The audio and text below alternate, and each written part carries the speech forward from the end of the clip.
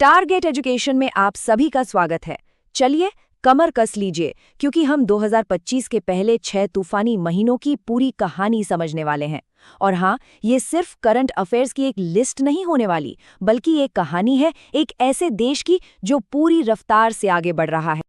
अब सवाल ये है कि इतने सारे इवेंट्स को याद कैसे रखा जाए। देखिए, चिंता की कोई बात नहीं है। हमने इसे एक कहानी की तरह पिरो दिया है।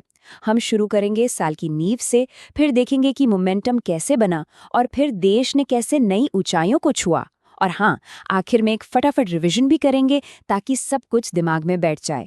तो हर बड़ी कहानी की एक जबरदस्त शुरुआत होती है ना? 2025 के लिए वो शुरुआत हुई जनवरी और फरवरी में। यहीं वो नींव रखी गई जब नए लीडर्स ने चार्ज लिया और कुछ बड़े प्रोजेक्ट्स ने आने वाले कल के लिए स्टेज सेट कर दिया। तो जनवरी की शुरुआत हुई कुछ बहुत ही इम्पॉर्टेंट डेवलपमेंट्स के साथ।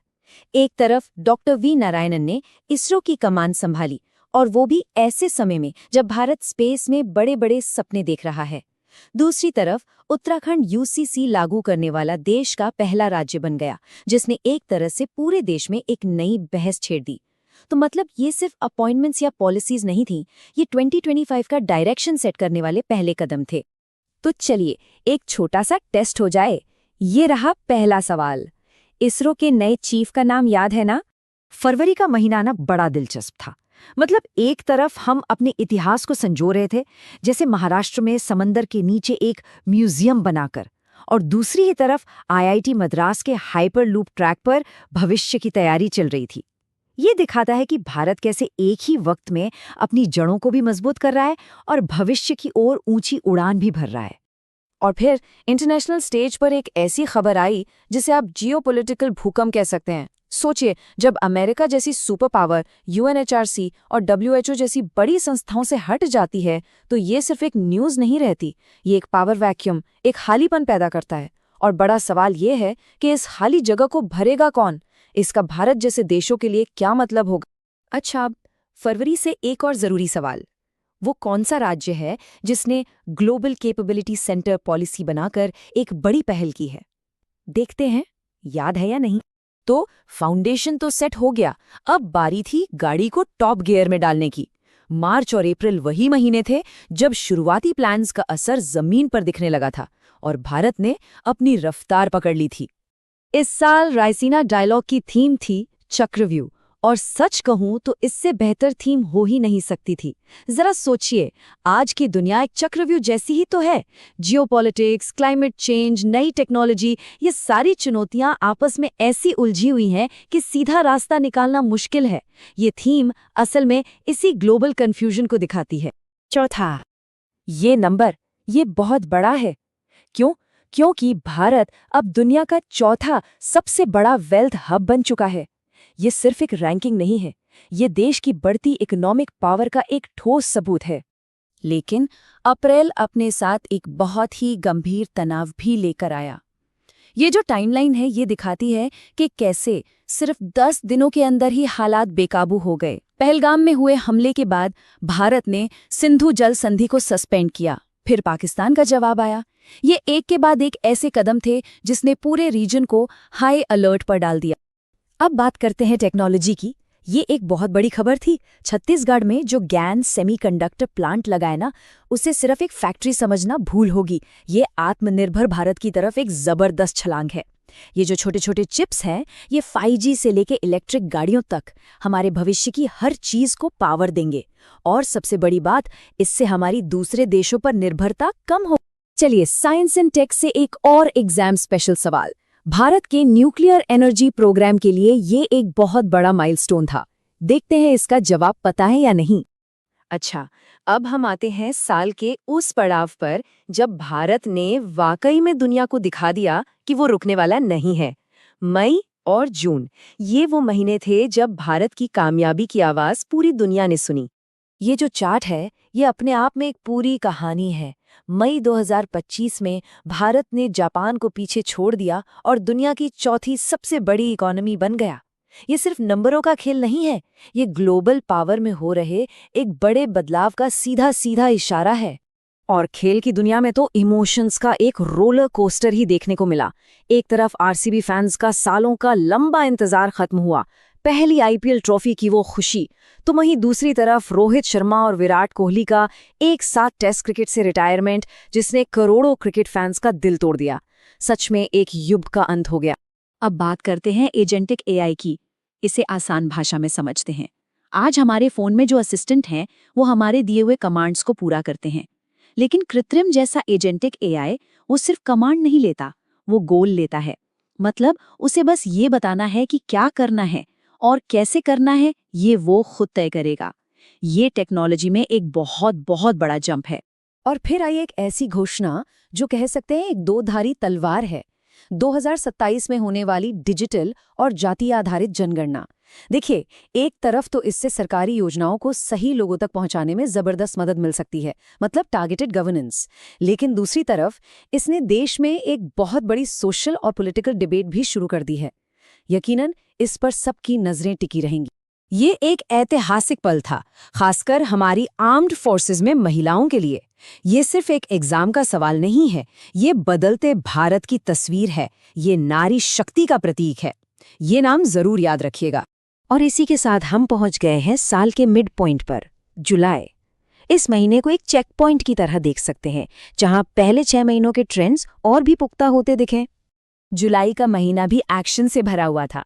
उपराष्ट्रपति का इस्तीफा एक बड़ी पॉलिटिकल डेवलपमेंट थी। दूसरी तरफ मराठा मिलिट्री लैंडस्केप्स को यूनेस्को का दर्जा मिलना हमारे लिए एक बड़ी कल्चरल जीत थी। और हाँ, बड़े बड़े पदों पर महिलाओं की अपॉइंटमेंट का जो सिलसिला शुरू हुआ था, वो भी जारी रहा। अब एग्जाम के पॉइंट ऑफ व्यू से ये सवाल बहुत इंपॉर्टेंट है। ये तो लगभग पक्का ही मानिए। चलिए इस नए यूनेस्को साइट पर अपनी नॉलेज को टेस्ट करते हैं। ओके, तो आप सीट की पेटी बांध लीजिए, क्योंकि अब बारी है रैपिड फायर रिवीजन की। ये वो फैक्ट्स हैं जो बिल्कुल भी नहीं भूलने हैं, एकदम एग्जाम के लिए जरूरी। चलिए शुरू करते हैं। पहला और सबसे जरूरी, उत्तराखंड बना यूसीसी लागू करने वाला पहला राज्य। ये एक लैंडमार्क डिसीजन है। 85 ये है हेनले पासपोर्ट इंडेक्स में भारत की रैंक। अभी भी हमें लंबा सफर तय करना है। सबसे स्वच्छ शहर, कोई शक, इंदौर, लगातार 7वीं बार। ये अपने आप में एक रिकॉर्ड है।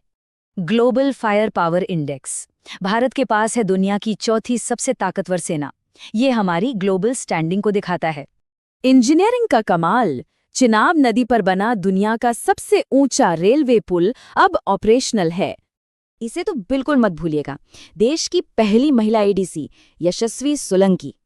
और आखिर में एक ग्लोबल फैक्ट, यूएन ने 2025 को international year of quantum science and technology घोषित किया है। मतलब फ्यूचर यही है। तो सेमीकंडक्टर से लेके स्पेस स्टेशन तक 2025 के पहले 6 महीने साफ साफ भारत की बड़ी महत्वाकांक्षाओं की कहानी कहते हैं। रफ्तार तेज है, सपने ऊंचे हैं, लेकिन इन सबके बीच एक बड़ा सवाल अब भी खड़ा है। क्या भारत अपनी इस तेज रफ्तार तकनीकी तरक्की और अपनी गहरी सामाजिक और पर्यावरणीय चुनौतियों के बीच एक सही संतुलन बना पाएगा? ये सवाल सिर्फ एग्जाम के निबंध के लिए नहीं है, ये हमारे देश के भविष्य का सवाल है। इस पर सोचना बहुत जरूरी है। नमस्कार, 2025 के करंट अफेयर्स पर एक नजर डालते हैं, खासकर प्रतियोगी परीक्षाओं के लिहाज से। तो 2025 को किन बड़े ट्रेंड्स और बदलावों ने आकार दिया, चलिए देखते हैं। सबसे पहले बात करते हैं लीडरशिप की। इस साल भारत और दुनिया में कई नए चेहरे सामने आए। देखिए, जस्टिस गवाई सीजीआई बने, तो डॉक्टर नारायणन इसरो के नए चेयरमैन। बड़े बदलाव हैं ये साल महिला लीडर्स के नाम रहा, जिन्होंने रक्षा और पैरामिलिट्री में सचमुच इतिहास रच दिया। सोनाली मिश्रा आरपीएफ की पहली महिला डीजी बनी, तो आस्था पुनिया नेवी की पहली महिला फाइटर पायलट। वाकई एक बड़ा कदम है। ग्लोबल लेवल पर भी बड़े बदलाव हुए। अमेरिका में ट्रंप लौटे, तो जर्मनी, कनाडा और यूके में भी नए लीडर आए। अब आते हैं टेक्नोलॉजी पर। यहां भारत ने आत्मनिर्भरता की तरफ जोरदार कदम बढ़ाए। गैलियम नाइट्राइड चिप्स, ये फ्यूचर हैं, और भारत का पहला प्लांट छत्तीसगढ़ में शुरू हो गया। हाइपरलूप, एजेंटिक एआई कृति और लेजर हथियार, भारत ने फ्यूचर टेक में बड़ा दांव खेला है। और पता है, इस साल कृषि विज्ञान में भी एक जबरदस्त कामयाबी मिली। भारत दुनिया का पहला देश बना जिसने जीनोम एडिटेड चावल बनाया। ये खेती के लिए एक गेम चेंजर है। चलिए अब देखते हैं कि ग्लोबल स्टेज पर भारत के लिए क्या चल रहा था।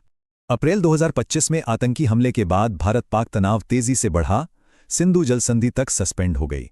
सिर्फ यही नहीं, ग्लोबल लेवल पर भी उथल-पुथल रही। अमेरिका WHO और UNHRC से बाहर हो गया।